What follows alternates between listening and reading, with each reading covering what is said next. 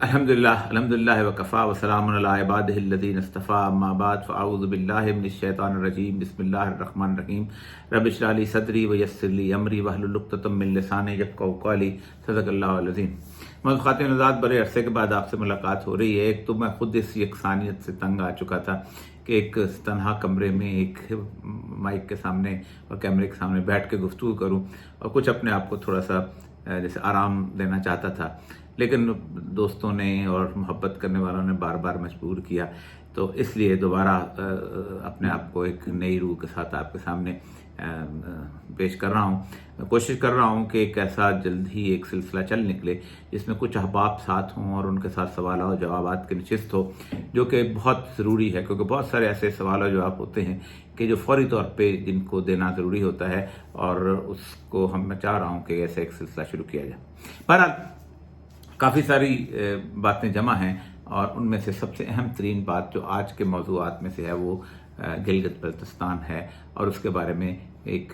جسے کہتے ہیں کہ گفتگو کا آغاز ہو چکا ہے کہ کیا کیا جائے، مستقبل کیا ہے کیا۔ پہلی بات تو یہ ہے کہ پاکستان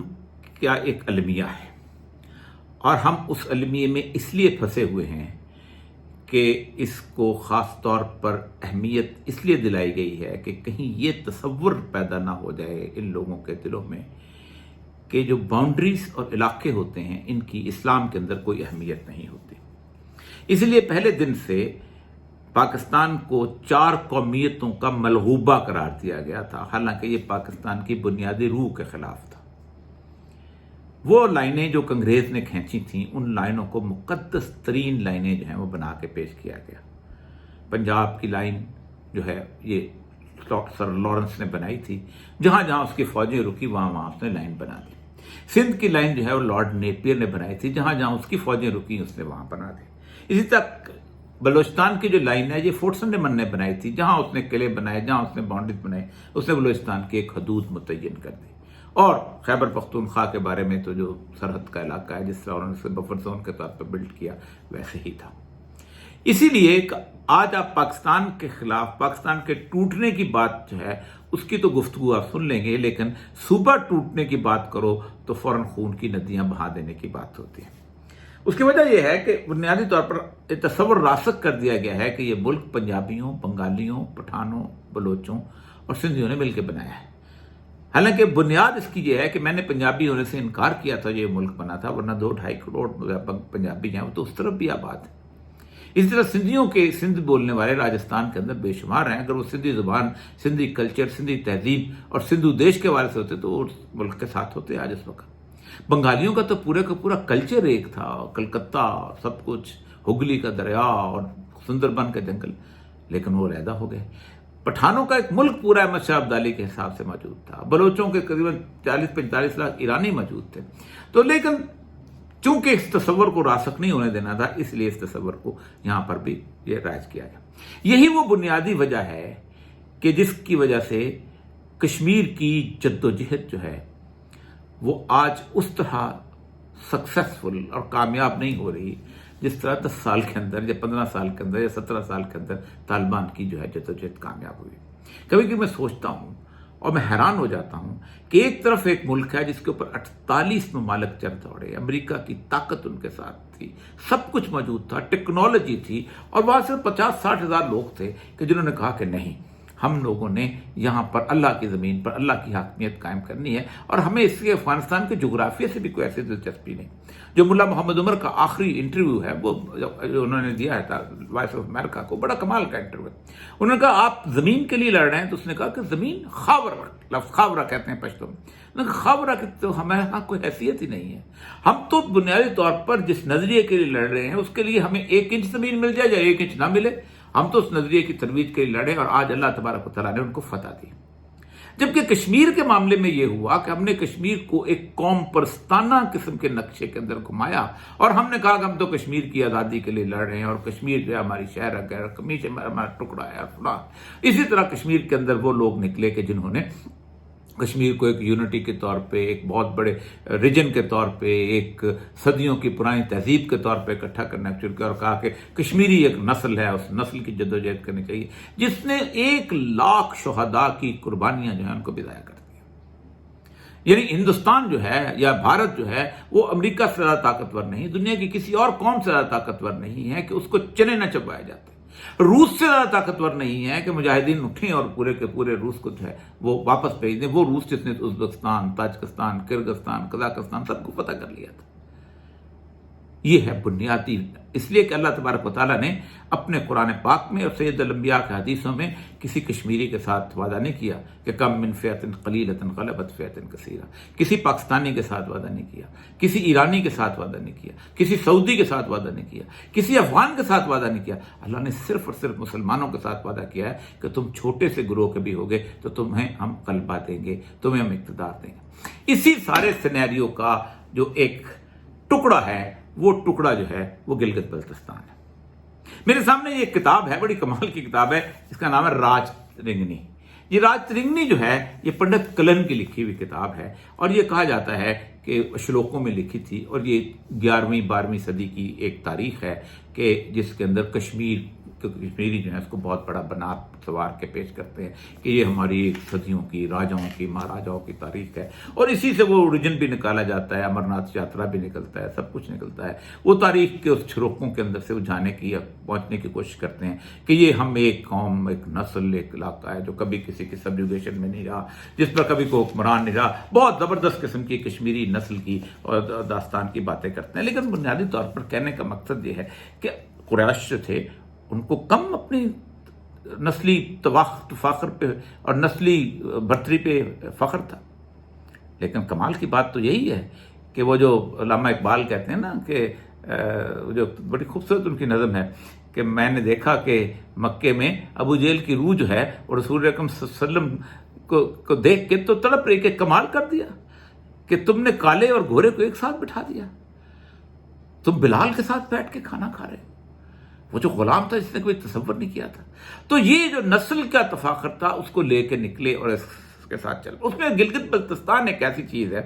کہ جس کو اقوام متحدہ کی قراردادوں کے حساب سے ہم نے ایک ساتھ ملانے کی کوشش کی اور سوچا کہ کل کو اگر ایک رائے شماری ہوتی ہے، اور یہ ایسا خیال ہے کہ جس کے بارے میں کہا جاتا ہے کہ میر کیا سادہ ہیں بیمار ہوئے جس کے سبب اسی اختار کے لونڈے سے دوا لیتے ہیں، ہم نے اسی اقوام متحدہ سے وابستہ امیدیں کر رکھی ہیں کہ جنہوں نے آج تک کسی بھی ملک کو آزاد نہیں کرایا بحیثیت اقوام متحدہ یا کسی آزادی کی تحریک کا، اس طرح ساتھ نے جہاں بھی ہوا ہے، استعمار ہوا ہے تو آسٹریلیا کی فوجیں وہاں پہنچی ہیں، بوسنیا ہوا ہے تو امریکہ نے جا کے یوگوسلاویا پہ حملہ کیا، اور بھی جتنے بھی ملک ہیں ان کی تاریخوں میں یہ تھا کہ عالمی طاقتیں انہوں نے ساتھ دیا اور انہوں نے مجبور کر کے ان ملکوں کو آزادی دلائی۔ 45 سے پہلے ایک قصہ پارینہ بن چکا ہوا ہے کالونیوں سے آزاد ہونے کا راستہ، ورنہ تو انگولا اور زمبابوے اور مگابے اور یہ تحریکیں جو ہیں اسی کا ایک شاخسانہ تھا جو چلی آ رہی ہیں۔ گلگت بلتستان وہ علاقہ ہے جس کی تاریخ کے اب نظر ڈالائیں تو بڑا کمال کا علاقہ رہا ہے۔ آپ حیران ہوں گے کہ یہ 500 اور 600 کی جو صدی ہے، عیسوی کی صدی ہے، اس کے اندر یہاں پر بدھ جو تھے حکمران ہوا کرتے تھے کہ جنہیں بولو کہتے تھے، یا پلولا بھی اس طرح، اپر پلولا لوور پلولا اس طرح کی زبان، جس میں بلتت اور التت اور اس کے ساتھ ساتھ اوپر کا جو کھانچے کا علاقہ ہے، اس کو سارے کو جو ہے وہ سمجھتے 2 طرح کے راجا ہیں۔ لیکن اس علاقے کے اندر 2 بہت بڑی طاقتوں کی آپس میں لڑائی ہے، ایک تھے تبت کے لوگ اور دوسرے تھے چائنیز بھی اس علاقے کو کنٹرول کرنا چاہتے تھے کیونکہ شاہراہ ریشم جسے سلک روٹ کہتے ہیں وہ یہاں سے گزرتی تھی، اور تبت کے لوگ بھی اس کو اپنے ساتھ رکھنا چاہتے تھے۔ تبت کے لوگ ازبکستان اور تاجکستان اس سارے علاقے کی وجہ سے مسلمانوں کے قریب ہو گئے، اور بنو امیہ کے زمانے میں ان کے ساتھ تھے، اور پھر بنو عباس کے زمانے میں بھی تبت کے ساتھ تھے، اور چائنیز جو تھے اس سے لڑا کرتے تھے۔ تقریباً 751 عیسوی جو ہے اس میں تبت کی اور چائنیز کی سب سے بڑی لڑائی ہوئی ہے، اور اس کو کہتے ہیں دریائے سر کی لڑائی۔ دریائے سر جو ہے بیسیکلی وہ دریا ہے جو وہاں سے گزرتا ہوا تاجکستان تک چین کے وہاں سے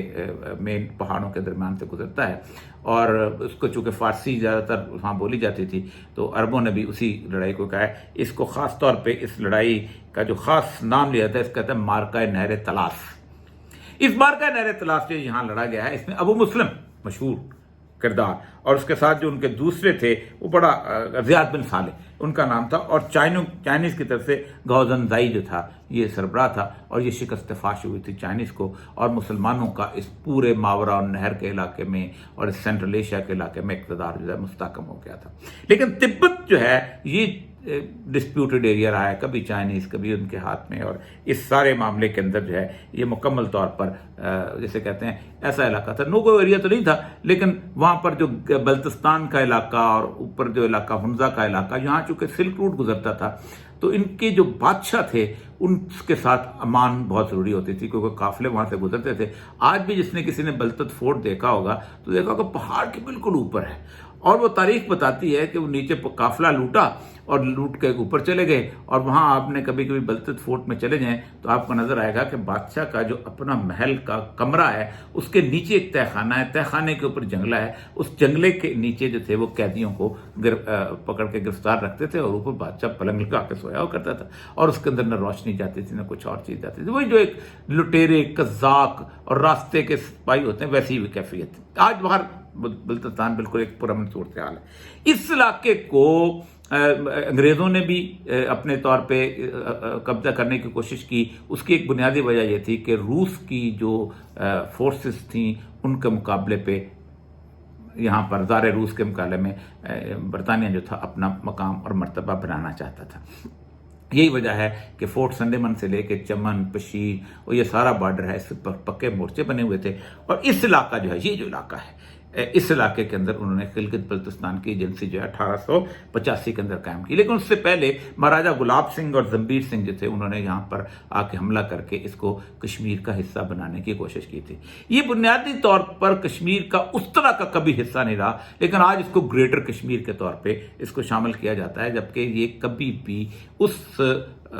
جموں اور کشمیر اور ویلی کے ساتھ نہیں رہا۔ جیسے ہم کہیں کہ جی انگریز نے فتح کر لیا اور انگریز نے اس کے ساتھ یا اس لیے ہمارا حصہ ہے، جیسے ہم کہیں کہ ہم نے چونکہ 47 میں کیا تو ہمارا حصہ اس لیے بنا ہے کہ انہوں نے 1947 میں یہ طے کر لیا تھا کہ ہم گلاب سنگھ ڈوگرا کے خلاف کھڑے ہوں گے اور ہم انگریز کی جو یہاں پر ایجنسی ہے اس کے خلاف ریوولٹ کریں گے، اور انہوں نے ہمارے ساتھ الحاق کا اعلان کر دیا، اور کسی کا کوئی بس نہیں چلا، کسی کو کوئی طاقت نہیں ہوئی، وہ یہاں پر آ گیا۔ تو ایک مفروضے کی بنیاد پر ہم نے اس کو علیحدہ رکھا ہوا، اور وہ مفروضہ بڑا کمال کا ہے، اور مفروضہ یہ ہے کہ کل کو اگر اقوام متحدہ جو ہے وہ ایک پلیبسائٹ کراتی ہے، رائے شماری کراتی ہے، تو پورے کشمیر میں جب رائے شماری ہوگی تو لداخ ہے، گلگت بلتستان ہے، کیونکہ گلگت بلتستان جو ہے مہاراجہ کا حصہ رہی ہے، تو وہ ہے آزاد کشمیر ہے، مقبوضہ کشمیر ہے، یعنی ویلی اور جموں ہے، تو اس میں مسلمانوں کی تعداد زیادہ ہوگی اور پاکستان کے ساتھ ملنے والوں کی بھی تعداد زیادہ ہوگی۔ یہ بڑا زبردست مفروضہ ہے۔ یہ اس طرح کی ایک گفتگو انڈیا میں ایک دفعہ ایل کے اڈوانی صاحب کی موجودگی میں کچھ جرنلسٹ بیٹھے ہوئے تھے ان کے گھر میں، تو باتیں شروع ہو گئیں، تو تھوڑی بہت بحث تو ہوتی ہے۔ میں اس زمانے میں آرکیالوجی میں تھا، میں انڈیا کے وزٹ پہ تھا، تو ایک جرنلسٹ نے یہ کہا، بحث شروع ہو گئی، تو میں نے کہا کہ پلیبسائٹ کا وعدہ تو ہے، تو انہوں نے کہا تو وہ پہلے وعدہ تو یہ ہے کہ پاکستان اپنی فوجیں کشمیر سے نکالے گا اور اس کے بعد جو ہے یہاں پر وہ اپنا رائے شماری ہوگی۔ تو میں نے کہا کیا آپ اس بات کی یقین دلاتے ہیں کہ آج پاکستان فوجیں نکال لے تو کل یہاں رائے شماری ہو جائے گی؟ تو زبان گنگ۔ کیا ہندوستان اس پہ راضی ہوگا کہ رائے شماری ہو جائے؟ تو زبان گنگ۔ بالکل یہی چیز ہے کہ کل جب ہوگا تو ہم گلگت بلتستان کو، اسی لیے ہم نے گلگت بلتستان کو پاکستان سے علیحدہ رکھا۔ آج اس کی کیوں ضرورت پڑ گئی پاکستان کے ساتھ؟ اس کی بنیادی وجہ یہ ہے کہ اس علاقے کو جس کے اندر انگریزوں نے سروے کرتے ہوئے وہ جو کیپٹن لائن بنائی تھی جس کو لائن آف ایکچوئل کنٹرول کہتے ہیں، اس علاقے کے اندر انگریزوں نے ایک لائن نقشے پہ کھینچی ہوئی تھی، اور اس نقشے کی جو لائن ہے اس کی بنیاد پر چائنیز ڈسپیوٹ شروع ہو چکا ہے۔ اس وقت میرے سامنے ایک بہت بڑا ڈاکومنٹ موجود ہے جو strategic posture of China and India پڑا ہوا ہے۔ یہ اسٹریٹجک پوسچر جو ہے یہ بتاتا ہے کہ چائنا اور انڈیا جو ہے اس کی آپس میں جو فورسز ہیں ان کا مکمل طور پہ آمنا سامنا ہے، اور ان کی طاقتیں کیا ہیں، کس قسم کی ہیں۔ امریکہ نے چائنا کا جو گھیراؤ کیا ہوا ہے وہ سمندر میں کیا ہوا ہے۔ اس کی تقریباً 3,75,000 فوج جو ہے انڈو پیسیفک ریجن کی، وہ سمندر کے علاقے کے اندر ہے۔ وہ بلاکا جو ہے، جو انڈونیشیا اور ملائیشیا کے درمیان سے ایک تنگ سا راستہ ہے، اس کو کنٹرول کر کے چائنا کی موومنٹ کو کنٹرول کرے گا۔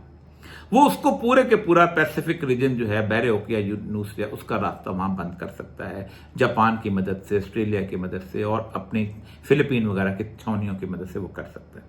لیکن چین کا اگر ایک راستہ کھلا ہے، اور وہ راستہ جو ہے وہ گلگت بلتستان سے لے کے گوادر تک کا ہے، تو پھر چین جو ہے وہ آزاد ہے، اور چین کی ساری تجارت جو ہے وہ مغرب کے ساتھ ہے۔ یہی وجہ ہے کہ اس علاقے کو ڈسپیوٹڈ علاقہ قرار دینے کی ایک بہت عرصے سے جدوجہد کی جا رہی ہے، گزشتہ 2-3 سال سے، کیونکہ اس سے پہلے کبھی اس کی اہمیت اتنی واضح نہیں ہوئی تھی۔ جو ابھی تازہ ترین جنگ ہوئی ہے وہ بھی اسی بات پہ ہوئی ہے۔ مسئلہ سارا یہ ہے کہ اس معاملے کے اندر کل کو جو کچھ ہونے والا ہے وہ تو تشتش بام ہے، اس لیے کہ اتنی آسانی سے نہ کوئی سی پیک بننے دے گا، اور اتنی آسانی سے نہ چین جو ہے سی پیک کو چھوڑے گا۔ بھارت پورے انڈیا کے اندر اس وقت کیفیت یہ ہے کہ شاید کوئی 5 بندے بھی ایسے ہوں گے جو نریندر مودی کو یہ کہیں کہ چلو چین کے ساتھ جنگ کرتے ہیں، لیکن آپ 5 بندے ایسے نہیں ہوں گے جو یہ کہیں کہ انڈیا پاکستان سے جنگ نہیں کرنی، کیونکہ پاکستان کو جنگ کرنے کے لیے انہوں نے 1925 سے تیار کیا ہوا ہے۔ وہ پاکستان سے نہیں، مسلمانوں سے جنگ کرنے کے لیے، ہر اس مسلمان سے جنگ کرنے کے لیے جو ان کے نزدیک جنہوں نے اس دیوتاؤں کی سرزمین کو ناپاک کیا۔ اس لیے پاکستان سے جنگ ان کے مذہبی عقائد میں شامل ہو چکی ہوئی ہے، ان کی سیاسی تاریخ میں شامل ہو چکی ہے، اور 4 جنگوں نے اسے اور زیادہ مستحکم کر دیا۔ تو اس چین کی اور پاک کی جنگ کے درمیان جو راستہ نکلے گا، وہ راستہ یہ نکلے گا کہ انڈیا جو ہے پاکستان پہ حملہ کرنے کی سوچے گا، اور اسی علاقے پہ حملہ کرے گا تاکہ یہ علاقہ جو ہے ڈسٹرب رہے اور اس علاقے کو خراب کیا جائے۔ اور اس علاقے کو اگر آپ انٹرنیشنلی اپنے ساتھ نہیں لگاتے تو عالمی طاقتیں جو ہیں وہ کسی طور پر بھی اس کو ڈسپیوٹڈ ٹیریٹری سمجھ کے اس کے اندر گھسنے کی کوشش کریں گی۔ یہی وجہ ہے کہ انڈیا نے اپنے اس کو ساتھ ملایا ہے، تاکہ کل کو اگر کوئی تنازع ہوتا ہے تو کشمیر کی صورتحال جو ہے اس کے اندر بھی یہ ہوگی سیاسی گفتگو، اور اس سیاسی گفتگو میں جنگ ہوگی تو یہ چیز، لیکن ایک گفتگو وہ ہے کہ جو میں کئی سالوں سے کرتا چلا آ رہا ہوں، اور ہر اس کشمیری کے ساتھ درد دل رکھ کے کرتا چلا آ رہا ہوں، ہر اس مسلمان کے ساتھ درد دل رکھ کے کرتا چلا آ رہا ہوں، کہ اللہ تبارک و تعالی فتح و نصرت اسی وقت دے گا جب آپ یہ طے کر لیں کہ زمین ہمارے لیے اہمیت نہیں رکھتی، نسل ہمارے لیے اہمیت نہیں رکھتی، علاقہ ہمارے لیے اہمیت نہیں رکھتا، ہم بنیادی طور پر مسلمان ہیں، اور ہم ایک خطہ راضی اس لیے چاہتے ہیں کہ اس پر اللہ کا قانون نافذ ہو۔ کوئی لمبی جدوجہد نے مسلم لیگ کی نہیں تھی، لیکن اللہ تعالیٰ نے پاکستان ان کو نعمت کے طور پہ دے دیا۔ کشمیریوں کی بہت لمبی جدوجہد ہے، لیکن اگر وطن کشمیر کی جدوجہد ہوگی تو وطن کشمیر مجھے نہیں لگتا کہ آزادی حاصل کر سکے۔ لیکن اگر ایک نام کہ اگر ہمیں 1 انچ ٹکڑا بھی مل گیا تو ہم نے وہاں اللہ کے دین کو نافذ کرنا ہے، تو پھر یہ کشمیر آزاد ہو سکتا ہے، اور یہ کشمیر جو ہے اس گریٹر پاکستان کا حصہ ہوگا کہ جس گریٹر پاکستان میں اللہ کے دین کا پرچم لہرایا جائے گا۔ بلکہ میں تو کہتا ہوں اس گریٹر پاکستان نہیں، اس گریٹر خلافت کا حصہ ہوگا، جو آج نہیں یا کل اللہ تبارک تعالیٰ کے اس وعدے کے مطابق کہ هو الذی ارسل رسولہ بالہدی ودین الحق لیظہرہ علی الدین کلہ، کہ ہم نے اس دین کو غالب کرنا ہے اور اس دین امام مہدی کی خلافت کے تحت قائم ہوگا۔ یاد رکھیے امام مہدی کی خلافت جو ہے وہ کسی اقوام متحدہ کی ممبر نہیں ہوگی، وہ کسی IMF ورلڈ بینک کی ممبر نہیں ہوگی، وہ کسی انٹرنیشنل آرگنائزیشنز کی ممبر نہیں ہوگی، وہ خلافت ہوگی۔ اس میں باؤنڈریز نہیں ہوں گی، اس میں علاقے نہیں ہوں گے، اس میں نسل، رنگ، زبان نہیں ہوگا، کیونکہ میرے آقا نے فخر کے ساتھ حجۃ الوداع میں صرف ایک فکرہ کہا تھا کہ ہماری رنگ، نسل، زبان اور جاہلیت کے بت میرے پاؤں تلے کرچی کرچی بت ہو چکے ہیں۔ پنجابی، پٹھان، بلوچ، سندھی اور کشمیری کا بت اللہ کی وحدانیت کے مقابلے میں شرک ہے، اور اللہ شرک کی کبھی مدد نہیں کرتا۔ وآخر دعوانا الحمدللہ رب العالمین۔